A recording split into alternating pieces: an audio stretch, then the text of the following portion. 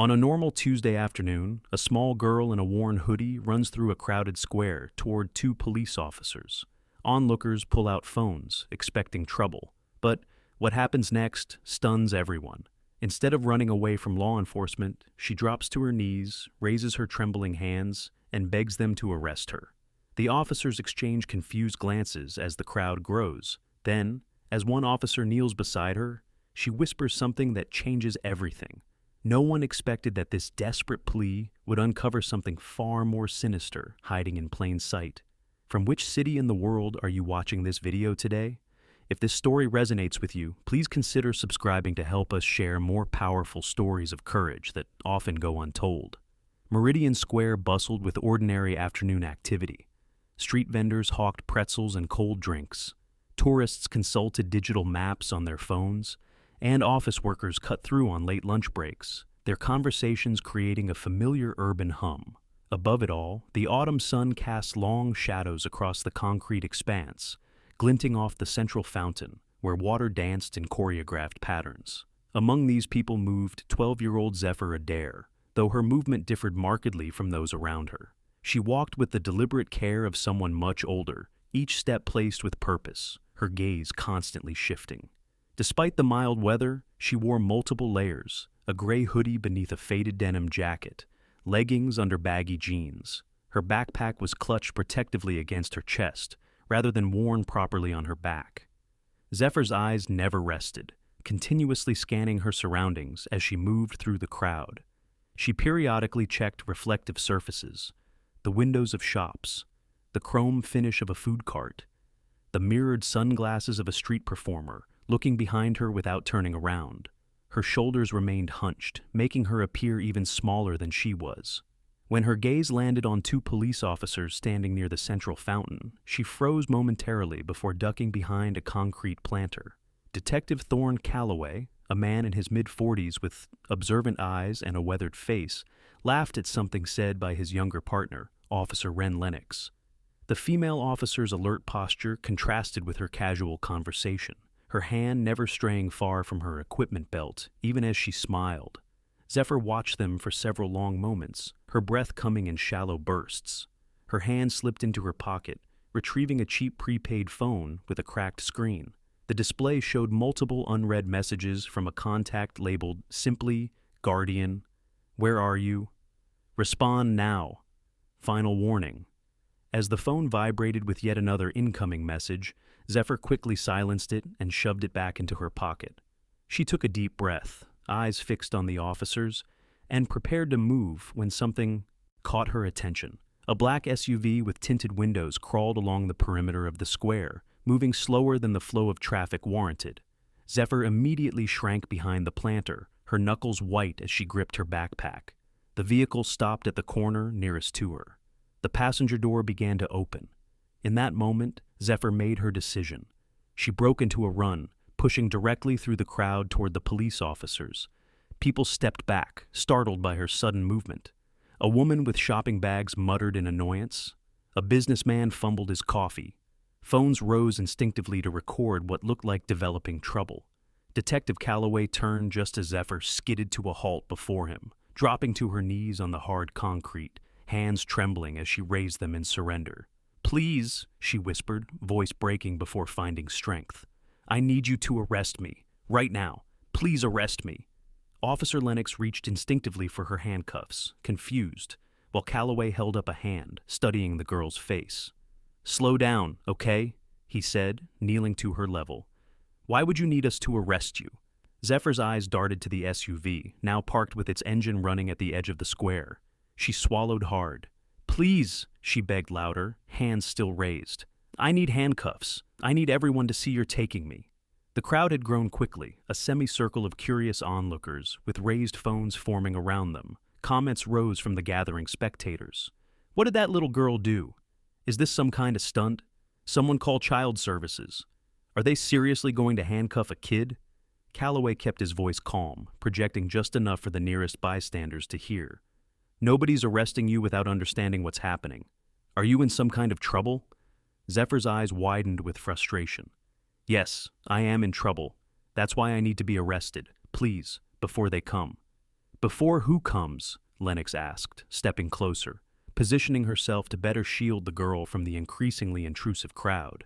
Before Zephyr could answer, a police cruiser pulled up to the curb, and Sergeant Aurora Vale emerged. Tall, with close-cropped silver hair and an air of natural authority, she approached with purposeful strides. "What's the situation here, Calloway?" she asked, eyes taking in the kneeling girl and the crowd of onlookers with equal assessment. "Still determining that, Sergeant," he answered, not taking his eyes off Zephyr. At that moment, a well-dressed woman emerged from the crowd, moving with confident purpose toward the officers. Larkin Frost was in her mid-30s, with an expensive haircut and clothing that spoke of careful curation. Her expression was perfectly balanced between concern and embarrassment as she extended a manicured hand toward Zephyr. "Officers, thank goodness," Frost said, her voice melodic and soothing. "I'm her aunt. She's been having episodes lately, and we've been so worried. Her therapist warned us about potential acting out behaviors." At Frost's approach, Zephyr's entire body went rigid with terror. She shuffled backward on her knees, closer to Officer Lennox, her raised hands beginning to shake more violently. "She's not," Zephyr started, but Frost spoke over her. "Zephyr, honey, you've worried everyone sick. Let these officers go back to their jobs." Frost turned to Sergeant Vale with a apologetic smile. "I'm so sorry about this. We're adjusting her medication, and sometimes she gets confused." Officer Lennox noticed something peculiar as Zephyr shifted position. The girl's backpack had slipped slightly, revealing a red thread dangling from what appeared to be a hidden compartment sewn into the lining. As the girl continued pleading to be arrested, Lennox caught Calloway's eye, a silent communication passing between partners who had worked together long enough to read subtle signals. "Ma'am," Calloway addressed Frost, rising to his full height, "we'll need to sort this out at the station." Frost's smile faltered slightly, though she recovered quickly. "That's really not necessary. Her father is waiting in the car. We can take her directly to her doctor." "Actually, it is necessary," Calloway interrupted, then announced loudly for the benefit of the recording phones. "We're taking her into protective custody until we can verify guardianship and assess the situation properly." Murmurs rippled through the crowd. Some people nodded in approval, while others frowned at what they perceived as an overreaction. Frost's expression hardened almost imperceptibly before smoothing into concerned acceptance. "Of course, if you feel that's best. Should I follow you to the station? We'll contact you for statements once we've spoken with her," Sergeant Vale interjected, her tone making it clear the conversation was over. Calloway helped Zephyr to her feet while making a show of preparing to handcuff her. "I'm not really going to cuff you," he said quietly, "but I want it to look that way to the crowd, if that helps you feel safer." As he pretended to secure the handcuffs, Lennox positioned herself to block the crowd's view. In this shielded moment, she discreetly unzipped the hidden compartment in the backpack that the red thread had revealed. Inside was a sealed evidence bag containing several items: a burner phone, different from the one Zephyr had checked earlier, hand-drawn maps with locations marked in code, a USB drive wrapped in protective plastic, and, most disturbing of all, photos of children with barcodes written on their forearms. Lennox locked eyes with Calloway, giving him an almost imperceptible nod. Whatever was happening here went far beyond a troubled child or family dispute. In the protective circle of the officers' bodies, Zephyr whispered words that changed everything. "They can't watch me when I'm with police. This is my only chance." Sergeant Vale guided them toward the cruiser, creating a buffer between Zephyr and the still recording bystanders. As they walked, Calloway noticed the black SUV pulling away from its parking spot and merging into traffic. The girl's eyes followed it too, her posture relaxing slightly only when it disappeared around a corner. Inside the cruiser, Zephyr sat silently in the back seat, her hands folded in her lap, now that the pretense of arrest was no longer necessary for the public. Lennox sat beside her while Calloway took the passenger seat next to Vale. "You want to tell us what's really going on?" Vale asked, meeting Zephyr's eyes in the rearview mirror. Zephyr glanced out the windows, checking in all directions before speaking. "Not here. Not yet. They might still be able to hear." "Who might hear?" Calloway asked. "The Guardians. They're always listening, always watching." She hesitated, then added in a voice so quiet they barely caught it. "Except when police have custody. That's the blind spot, the only one." Lennox carefully placed the evidence bag she'd retrieved from the backpack into an official police evidence pouch. "And this? What can you tell us about these items?" Evidence, Zephyr replied simply. I've been collecting it for 8 months, waiting for the right moment. The right place with enough witnesses that they couldn't just grab me back. Back from where? Vale asked, her experienced eyes now seeing signs she recognized from years of work with traumatized children. The hypervigilance, the strategic thinking, the fear that ran too deep for typical childhood troubles. From the network, Zephyr answered. I'm not the only one. There are others. That woman isn't my aunt. She's a handler. A handler for what? Calloway pressed gently. Zephyr looked down at her hands. For merchandise. That's what they call us. The cruiser fell silent as the implication of her words sank in. Vale caught Calloway's eye in the mirror, a look of grim understanding passing between them.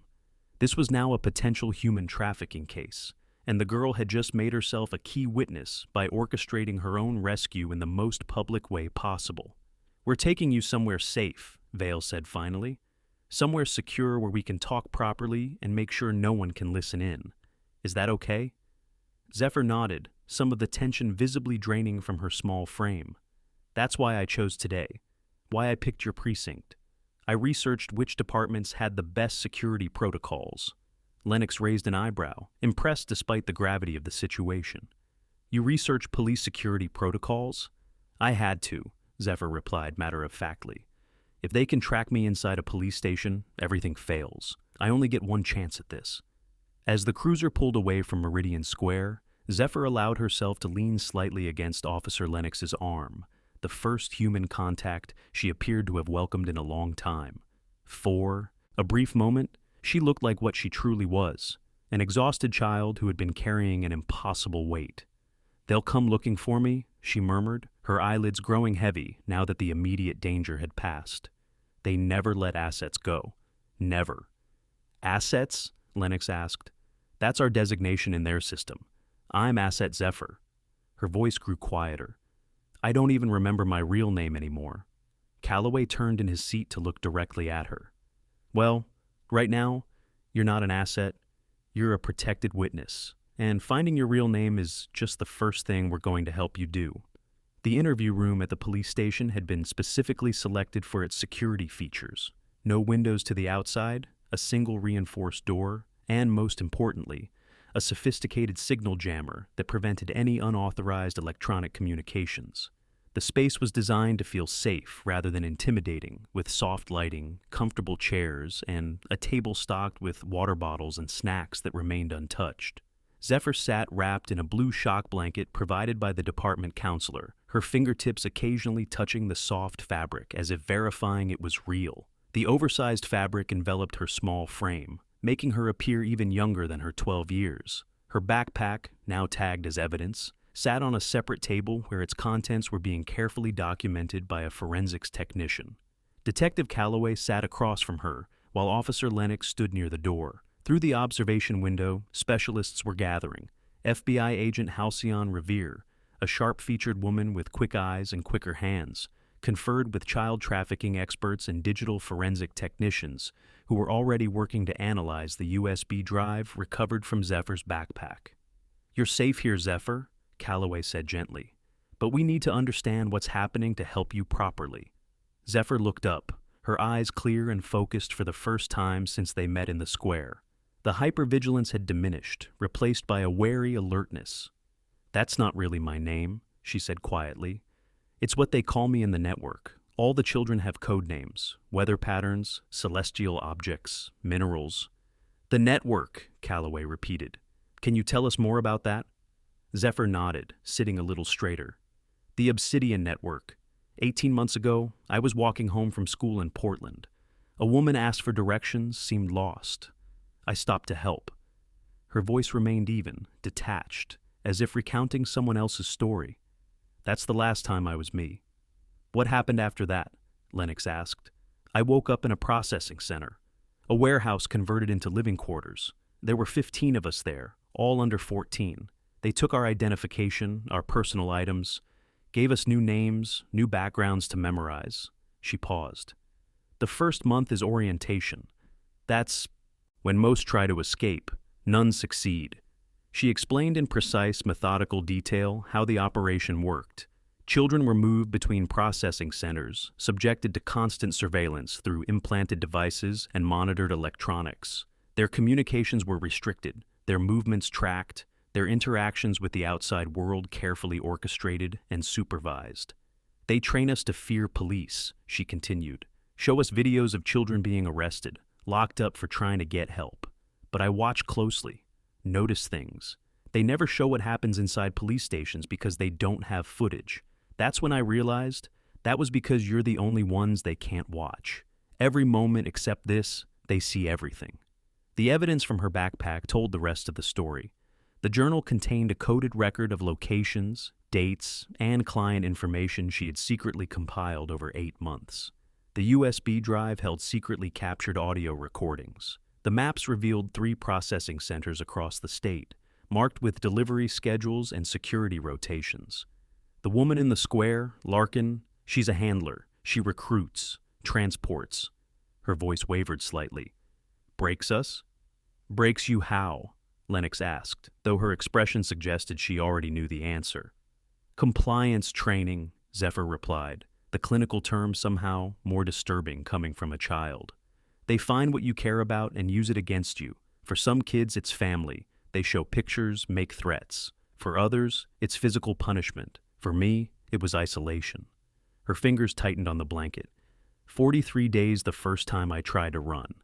Complete sensory deprivation, except for recorded messages played at random intervals. When they brought me out, I thought I'd been gone for years. Outside the interview room, Agent Revere's team was mobilizing as the encrypted information was decoded.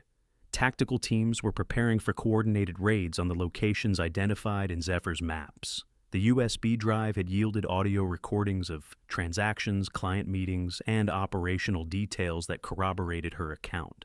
Sergeant Vale entered the observation room, her expression grim as she conferred with Revere. After a brief discussion, she entered the interview room, nodding to Calloway and Lennox. "We have a situation," she said, keeping her voice measured. "Facial recognition from the square footage has identified several individuals. Larkin Frost is actually Larissa Frostman, wanted in connection with 3 child abduction cases in Oregon.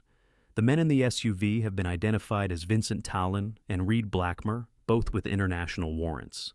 "They're here," Zephyr said, not a question but a statement of fact. Outside the station, Vale looked surprised. "How did you know that?" "Because I'm valuable inventory. They never write off losses until they have to." Vale's jaw tightened at the terminology. "We've identified several individuals posing as journalists and concerned citizens gathered outside. There's significant pressure to release you to family services rather than keep you in police custody." "They have people in family services too," Zephyr said quietly.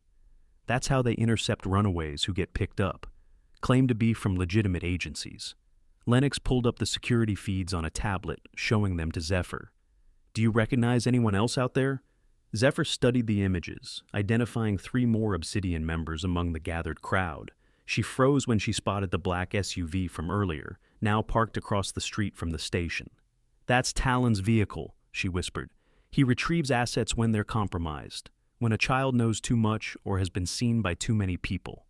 "Retrieves how?" Calloway asked, though his tone suggested he already suspected the answer. Zephyr met his eyes. "Permanently." The room fell silent as the implications settled over them. This child had not only escaped a trafficking network, but had done so knowing that failure meant death rather than simply recapture. The calculated risk she had taken in Meridian Square suddenly appeared even more extraordinary. Agent Revere entered with a tablet displaying live footage. "We've located the main processing center based on the intelligence provided. Tactical teams are moving in now." The tablet showed thermal imaging of a raid in progress. Officers breaching a nondescript warehouse in an industrial district. Inside, heat signatures revealed multiple small figures being led to safety, while adult signatures were being detained. The operation was occurring simultaneously with 2 other raids at locations Zephyr had identified. Zephyr watched, transfixed, as familiar spaces appeared on screen. A dormitory area where children slept on narrow cots, a common room where they received instructions, an office area where clients were entertained, all now swarming with law enforcement. "You did this," Lennox told her, a note of respect in her voice. "You saved them." The girl didn't respond immediately, still processing the reality that her calculated risk had succeeded. Her fingers traced the edge of the table, then stopped abruptly. "They'll still come for me," she said finally. "They have people everywhere. I know too much. Names, locations, clients." "We'll protect you," Calloway assured her. "Witness protection is an option." "You don't understand. They have resources, connections. They won't stop." She looked at each of them in turn. "Did you check me for tracking devices?" This prompted a concerned exchange of glances between the officers. Revere immediately called in a technical specialist who arrived with scanning equipment. The results were disturbing. 3 tracking devices were located, one in her shoe, cleverly disguised as part of the manufacturer's logo, another sewn into her jacket lining, and most, alarmingly, a small transmitter embedded under the skin near her shoulder blade. "We'll need medical personnel to safely remove that one," the technician said. "It's actually transmitting biometric data along with location, heart rate, body temperature." "So they know she's calm now," Lennox realized, "that she's cooperating with us." "Which makes her an even bigger liability," Vale concluded. A commotion erupted outside, audible even through the secure doors. Security alerts flashed across the tablets as someone with falsified credentials attempted to access the secure wing of the station. The man claimed to be from Child Protective Services, with paperwork authorizing Zephyr's immediate transfer to a juvenile facility. "They never stop," Zephyr whispered, fear returning to her eyes. She pulled the shock blanket tighter around her shoulders. "I knew this would happen. It's why most kids don't even try to run." But Sergeant Vale had anticipated this move. She had already contacted legitimate officials at the highest levels, securing emergency protective orders and federal intervention. The door to the interview room opened to reveal a specially assembled team, officers with specialized training in the victim protection, who now formed a human shield around the room. "No one is getting near her," Vale declared, her authoritative voice carrying absolute certainty. She knelt before Zephyr, meeting her eyes directly. "I need you to understand something important. You are not an asset, inventory, or merchandise. You are a child who deserves protection, and that's exactly what you're going to get." What happened next marked a profound transformation. Instead of treating Zephyr as a suspect to be detained, the assembled officers created a protective formation around her, physically demonstrating the shift from potential arresters to fierce protectors. They escorted her not to a holding cell or even a safe house, but to a secure medical facility where the tracking device could be removed and any other medical needs addressed. As they moved through the station, their bodies formed a barrier between her and the outside world, between her past and her future. For the first time since her ordeal began, Zephyr walked with her head up, surrounded not by captors, but by guardians. The police cruiser with Zephyr inside left through a secure underground exit, avoiding the crowd gathered at the main doors. As they drove, Agent Revere received updates on the raids. 23 children recovered so far, 17 arrests made, evidence secured that would lead to dozens more, all because one girl had found the courage to engineer her own rescue in the most public way possible. "We need to talk about next steps," Revere said gently. "Your safety is the priority, but we also need your continued help to make sure these people face justice." Zephyr nodded, watching the city pass by through tinted windows. "I can identify most of the higher-ups. I memorized. Client faces, vehicle license plates. I can testify." "That's incredibly brave," Lennox said from beside her. "Not brave," Zephyr corrected. "Necessary. There are others still out there who couldn't get to a public place like I did, who couldn't make the police understand." She turned to look directly at Revere. "The handlers tell us that no one will believe us, that we'll be treated like criminals. They make us watch videos of children being handcuffed, being treated roughly by police." "Those videos are staged," Calloway said from the front seat. "I know that now," Zephyr replied. "But the others don't. That's why I needed to be in the square, with all those people filming.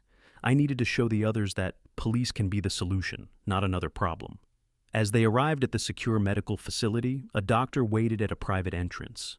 The tracking device would be removed immediately, eliminating the network's ability to monitor her location and vital signs. Then would come the longer process of physical recovery, psychological support, and the careful work of reconstructing her identity. "We'll need your real name, the doctor explained gently as she prepared for the procedure. To access medical records, contact family. Zephyr was silent for a long moment, staring at the ceiling.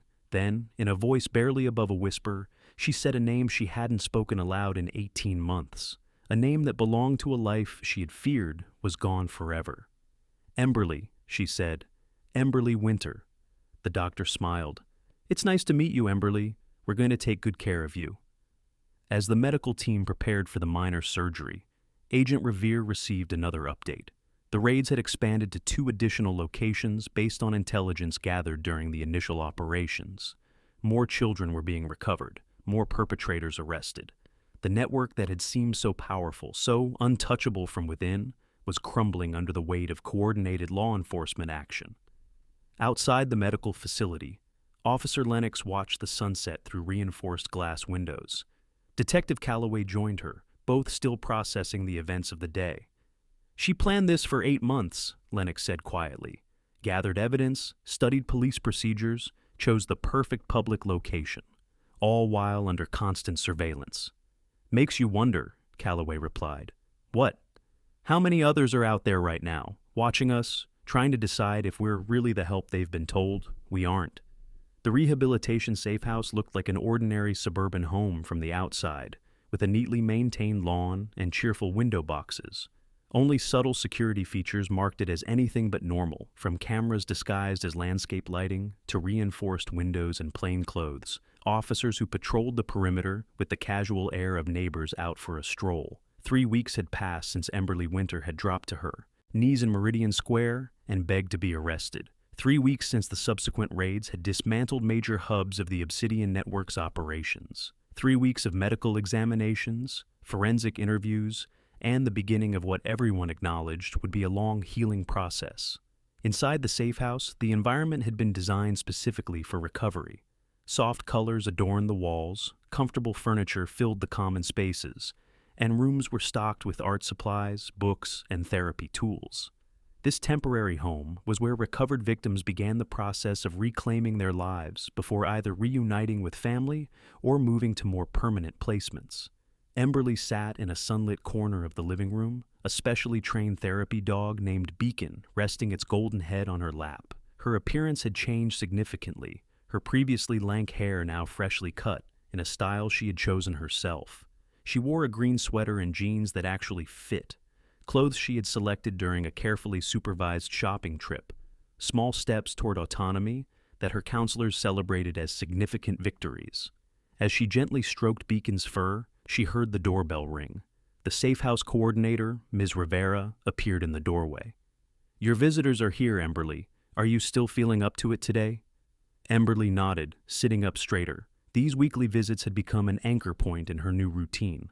Ms. Rivera disappeared and returned moments later with Detective Calloway and Officer Lennox, both in plain clothes rather than uniforms. Lennox carried a small package wrapped in simple brown paper. Calloway held a folder tucked under his arm.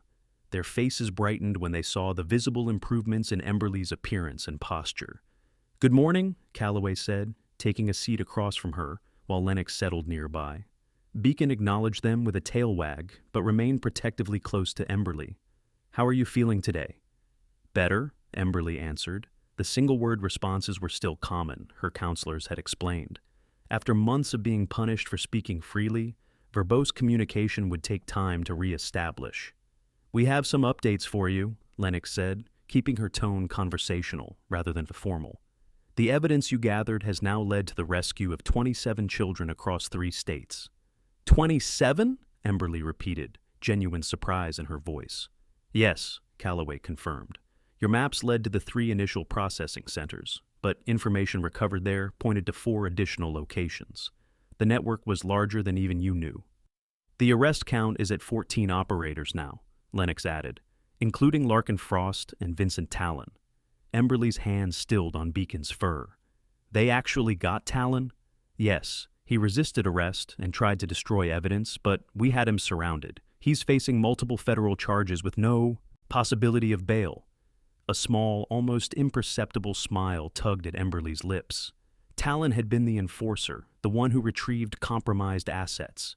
His capture represented the fall of someone she had been conditioned to believe was untouchable. Lennox handed her the small package. "This arrived for you today. It's been thoroughly screened." Emberly unwrapped it carefully to find a simple silver bracelet with a small compass charm. A note accompanied it. "To help you find your way forward, from a friend who understands." It was signed simply, S.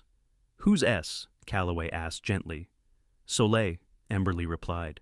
"She was there longer than me. She helped me when I first arrived, taught me how to survive. I was told she had been retired 6 months ago." She looked up, eyes suddenly concerned. "Does this mean she's safe too?" "Yes," Lennox confirmed. "Soleil was recovered from the third location. Her real name is Stella Northwood. She's 17, was missing for 4 years. She's at another recovery center, but she asked if she could send you something." Tears welled in Emberly's eyes as she fastened the bracelet around her wrist. Another small step in reclaiming connection, in rebuilding a world where gifts came without conditions and friendship without cost. Calloway placed the folder on the coffee table and opened it. "We've brought something else as well." He removed a newspaper and handed it to her. On the front page was the now famous photograph taken in Meridian Square, showing Emberly on her knees, surrounded by officers. The image had been carefully cropped to obscure her face while still capturing the powerful moment. The headline read, "Trafficking Ring Dismantled After Brave Escape." "Your story has started something important," Lennox told her. "Since this ran, 5 more children have come forward, approaching police officers in public places. They'd seen this image and recognized what it meant. They realized there might be a way out." Emberly studied the photograph, then looked up at Lennox. "Did you always know, in the square, that I wasn't really in trouble?" "No," Lennox admitted, "but I knew you were afraid of something worse than us." In an unexpected moment of connection, Lennox rolled up her sleeve, revealing a small scar near her wrist. A deliberate circular burn about the size of a cigarette tip, identical to one on Emberly's arm. "15 years ago, I was you," Lennox said quietly. "Different network, same nightmare. Someone recognized what was happening and got me out. That's why I became an officer." Emberly's eyes widened with understanding. "You knew what to look for." "We don't all get the chance to fight back the way you did," Lennox told her. "What you did was extraordinary." Detective Calloway removed another item from the folder. Emberly's decoded journal, now preserved in evidence sleeves, but arranged chronologically to show the meticulous planning, the information gathering, the calculated risk-taking, all evidence of remarkable courage and intelligence. "We wanted you to see that your work mattered," he explained. "Every note you took, every name you remembered, every schedule you documented, it all helped build the case." Emberly ran her fingers lightly over the plastic-covered pages. "I wasn't sure it would be enough." "It was more than enough," Calloway assured her. "The prosecutors say it's some of the most detailed evidence they've ever received in a trafficking case." He hesitated briefly before continuing. "There's something else. Your parents are flying in tomorrow. They never stopped searching for you." Tears filled Emberly's eyes. "Do they know about everything?" "They know you survived," Calloway answered carefully, "and that you saved others. The rest is yours to share when you're ready." Emberly nodded, her hand moving to touch Beacon's soft fur again, grounding herself in the simple, honest comfort of the therapy dog. "Will you be there when I meet them?" "If you want us to be," Lennox assured her. "I do," Emberly confirmed. "They might have questions I can't answer yet." Ms. Rivera appeared in the doorway again. "Emberly, there's a video call scheduled if you're feeling up to it." In the safe house's secure communication room, a video conference connected Emberly with 3 other rescued children, now in different recovery centers. Faces she recognized from the processing centers, now also beginning their healing journeys. They exchanged few words, just small smiles of recognition. Survivors who understood without explanation. One boy, perhaps 9 years old, held up a drawing of a police badge. Another girl showed a bracelet similar to the one Emberly had just received. The third, an older teen, simply nodded in acknowledgement, the shadows under her eyes suggesting her sleep was still troubled by memories. "We have a support group now," the teen explained, "for all of us who made it out. When you're ready, you can join the calls." After the brief video conference ended, Sergeant Vale arrived at the safe house, carrying a small velvet box. She joined Emberly and the others in the living room. "I have something for you," she said, opening the box to reveal a special honorary junior police badge. "This isn't just a toy or replica. It's a custom badge we give to people who have shown exceptional courage in helping law enforcement." She handed the badge to Emberly, who held it carefully, as if it might dissolve in her hands. "You turned to us when you needed an ally," Vale told her. "Now we're turning to you to help us understand how to better recognize others who can't ask as clearly as you did." Emberly looked up, confusion evident in her expression. "How can I help? I'm just a kid." "A kid with unique insight," Vale explained. "We're developing new training protocols for officers, teaching them to recognize the signs that someone might be trafficked. Your experience, shared however you feel, comfortable, could help save others." For the first time since arriving at the safe house, Emberly's posture straightened fully, a sense of purpose visibly flowing through her. "I want to help. I need to help." 6 months passed. The seasons changed, leaves falling from trees, and then the first snow dusting the grounds of what had become not just a safe house, but a home. Emberly's recovery progressed in fits and starts, some days marked by nightmares and setbacks, others by breakthroughs and moments of genuine joy. Her reunion with her parents had been both heartbreaking and healing, a tearful reconnection that began the long process of rebuilding family bonds that had been severed but never broken. They visited regularly, understanding that Emberly's transition back to family life needed to happen gradually, with continued therapeutic support. On a crisp winter morning, Emberly stood before a small crowd gathered for the ribbon-cutting ceremony at a newly renovated community center. The sign above the entrance read, "The Emberly Project," a specialized facility dedicated to identifying and supporting trafficking victims. Now, standing taller and speaking with quiet confidence, Emberly addressed the audience of officers, counselors, advocates, and survivors. She didn't share her personal story, that remained private, but instead educated them about recognition signs, systemic vulnerabilities, and the importance of believing children when they signal distress in unconventional ways. "Sometimes asking for help directly isn't possible," she explained. "Sometimes the only option is to create a situation where help becomes inevitable." Detective Calloway and Officer Lennox stood at the back of the room, watching with pride as their young friend helped train a new generation of first responders to recognize what she had been forced to make so explicit. After the ceremony, as attendees mingled and explored the new facility, Emberly noticed a nervous young boy hovering near the refreshment table. He repeatedly made eye contact with a police officer, but seemed unable to approach. His thin frame and hypervigilant scanning of exits stirred a recognition in Emberly that went beyond conscious thought. Without drawing attention, she walked over and gently took his hand.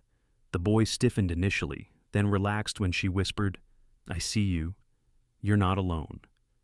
With that simple acknowledgement, she led him to Officer Lennox, creating a bridge between potential victim and protector. The boy whispered something, and Lennox immediately knelt to his level, her face showing the same recognition she had displayed that day in Meridian Square. Within moments, Calloway joined them, and the careful process began again. Detective Calloway caught Emberly's eye across the room, giving her a nod of profound respect. She had become not just a survivor, but a translator between worlds, helping those who couldn't speak to find their voice, and teaching those who wished to help how to truly listen. As spring approached, Emberly prepared for another transition, this time to a permanent home with her parents in a new city, where they could build a life away from the memories of what had happened. But her work with the Emberly Project would continue remotely, her insights helping to shape training programs for law enforcement across the country. On her last day at the safe house, she stood in the sunlit corner where she had spent so many hours with Beacon. The therapy dog would stay to help other children, though Emberly would soon have a dog of her own, a gentle companion to help with her continuing recovery.